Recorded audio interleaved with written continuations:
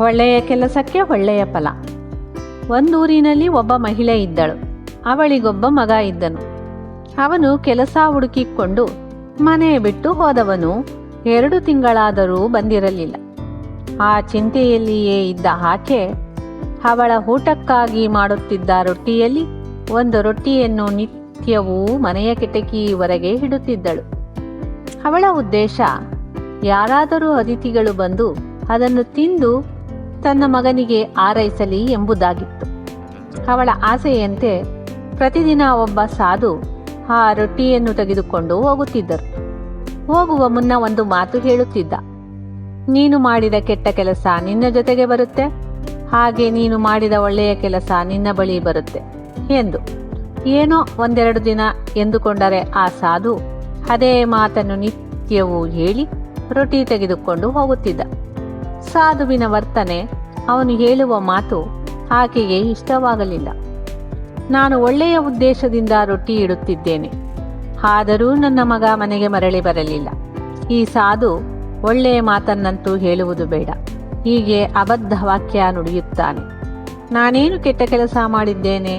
ಒಳ್ಳೆಯ ಉದ್ದೇಶದಿಂದ ರೊಟ್ಟಿ ಮಾಡಿ ಇಡುತ್ತಿದ್ದೇನೆ, ಆದರೂ ಹೀಗೇಕೆ ಎಂದು ನೊಂದುಕೊಂಡಳು. ಅಲ್ಲದೆ ಇತ್ತೀಚೆಗೆ ಸಾಧು ಮೇಲೆ ಅವಳಿಗೆ ಅನುಮಾನ ಬರುತ್ತಿದೆ. ಈ ಸಾಧು ತನ್ನ ಮಗ ಮರಳಿ ಮನೆಗೆ ಬರದಂತೆ ಇರುವಂತೆ ಏನಾದರೂ ಮಾಡಿದ್ದಾನೆಯೇ ಎಂದು ಯೋಚನೆ ಮಾಡಿ ಸಾಕಾಗಿ ಆ ಸಾಧು ರೊಟ್ಟಿ ತೆಗೆದುಕೊಂಡು ಹೋಗುವುದು ಸಾಕು, ಅವನು ಹೇಳುವ ಮಾತು ಸಾಕು ಎಂದು ಅವಳ ಮನಸ್ಸು ಚಡಪಡಿಸಿತು. ಆ ದಿನ ಮಾಡಿದ ರೊಟ್ಟಿಯಲ್ಲಿ ಇಲಿಗೆ ಹಾಕುವ ಪಾಷಾಣ ಬೆರೆಸಿ ಕಿಟಕಿಯ ಬಳಿ ಇಟ್ಟಳು.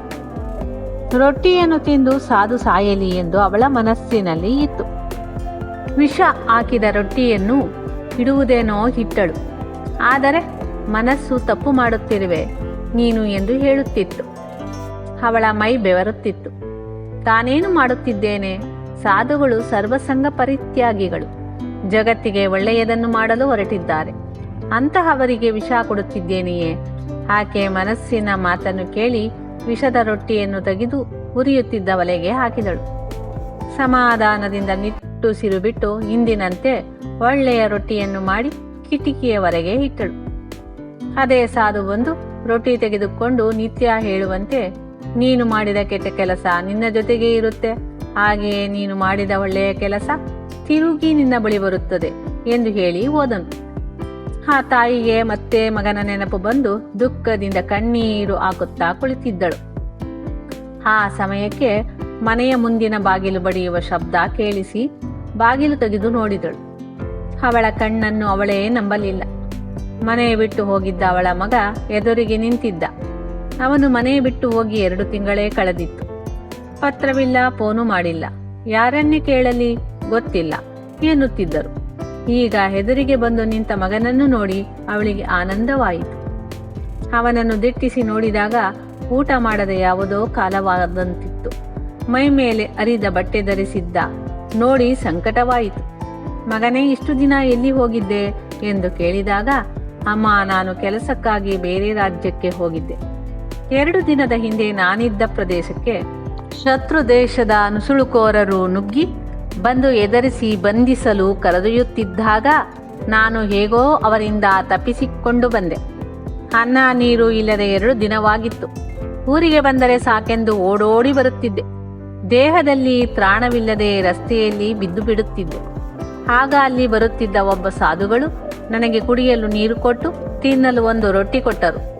ಅನಂತರ ನಾನು ಸುಧಾರಿಸಿಕೊಂಡೆ. ಆ ಸಾಧುಗಳು ಹೊರಡುವಾಗ ಒಂದು ಮಾತು ಹೇಳಿದರು: ನೀನು ಮಾಡಿದ ಕೆಟ್ಟ ಕೆಲಸ ನಿನ್ನ ಜೊತೆಗೆ ಇರುತ್ತೆ, ನೀನು ಮಾಡಿದ ಒಳ್ಳೆಯ ಕೆಲಸ ತಿರುಗಿ ನಿನ್ನ ಬಳಿಗೆ ಬರುತ್ತೆ. ಇದನ್ನು ಕೇಳಿದ ತಾಯಿ ಕರೆಂಟ್ ಒಡೆಸಿಕೊಂಡವರಂತೆ ಸಣ್ಣಗೆ ನಡುಗಿದಳು. ಹೇ ಭಗವಂತ, ಈ ದಿನ ನಾನು ವಿಷದ ರೊಟ್ಟಿಯನ್ನು ಇಟ್ಟಿದ್ದೆ, ಸಾಧುಗಳು ಅದನ್ನೇ ನನ್ನ ಮಗನಿಗೆ ಕೊಟ್ಟಿದ್ದರೆ? ಅವಳು ಆಲೋಚಿಸಲು ಹೆದರಿದಳು. ಸದ್ಯ ಮನಸ್ಸಿನ ಮಾತನ್ನು ಕೇಳಿ ಅದನ್ನು ತೆಗೆದು ಒಲೆಗೆ ಹಾಕಿ ಒಳ್ಳೆಯ ರೊಟ್ಟಿ ಇಟ್ಟೆ. ಸಾಧುಗಳು ತೆಗೆದುಕೊಂಡು ಹೋದರು. ಅದೇ ರೊಟ್ಟಿ ನನ್ನ ಮಗನಿಗೆ ಶಕ್ತಿ ಕೊಟ್ಟಿತು, ನನಗೆ ಒಳ್ಳೆಯ ಫಲ ಸಿಕ್ಕಿತು. ನಿತ್ಯ ಹೇಳುತ್ತಿದ್ದ ಸಾಧುಗಳ ಮಾತಿನ ಅರ್ಥ ಈಗ ತಿಳಿಯಿತು. ಅವರು ಹೇಳಿದಂತೆ ತಾನು ಮಾಡುತ್ತಿದ್ದ ಒಳ್ಳೆಯ ಕೆಲಸ ತನ್ನ ಬಳಿಗೆ ಬಂದಿತ್ತು. ಜೀವನ ಅನ್ನುವುದು ಕೂಡಿಕೊಳೆಯುವ ಲೆಕ್ಕದಂತೆ. ಅವಸರದಲ್ಲಿ ಸಣ್ಣ ತಪ್ಪಾದರೂ ಉತ್ತರ ತಪ್ಪೇ ಬರುತ್ತದೆ. ಲೆಕ್ಕ ಮಾಡುವಾಗಲೇ ಸಂಖ್ಯೆಗಳನ್ನು ಗಮನಿಸಿ ಮಾಡಿ. ತಾಳೆ ಹಾಕಿದಂತೆ ಉತ್ತರ ಸರಿಯಾಗಿರುತ್ತದೆ. ಮಾಡುವ ಕೆಲಸವೂ ಅಷ್ಟೇ. ಭವಿಷ್ಯತ್ತನ್ನು ಕುರಿತು ಲೆಕ್ಕ ಹಾಕಿ ಮಾಡಿದರೆ ಅದು ಉತ್ತರ ಸರಿಯಾಗಿಯೇ ಬರುತ್ತದೆ. ಶ್ರಮಪಟ್ಟು ಓದದೆ ಮಾರ್ಕ್ಸ್ ಬರಬೇಕು, ಕಷ್ಟಪಟ್ಟು ದುಡಿಯದೆ ಶ್ರೀಮಂತನಾಗಬೇಕು. ಮನೆಯ ಕಟ್ಟುವುದು, ಮದುವೆ ಮಾಡುವುದು ಬೇಗನೆ ಮುಗಿಯಲಿ ಹೀಗಂದುಕೊಂಡು ಅವಸರದಲ್ಲಿ ಎಡವಟ್ಟು ಮಾಡಿದರೆ ಮುಂದಿನ ದಿನಗಳಲ್ಲಿ ಏನೇ ಮಾಡಿದರೂ ಸರಿ ಹೋಗಲು ಬಹಳ ಸಮಯ ಬೇಕಾಗುತ್ತದೆ. ಒಳ್ಳೆಯದನ್ನು ಚಿಂತಿಸಿ ಒಳ್ಳೆಯದನ್ನು ಮಾಡಿದರೆ ಒಳ್ಳೆಯ ಪ್ರತಿಫಲವೇ ದೊರೆಯುತ್ತದೆ.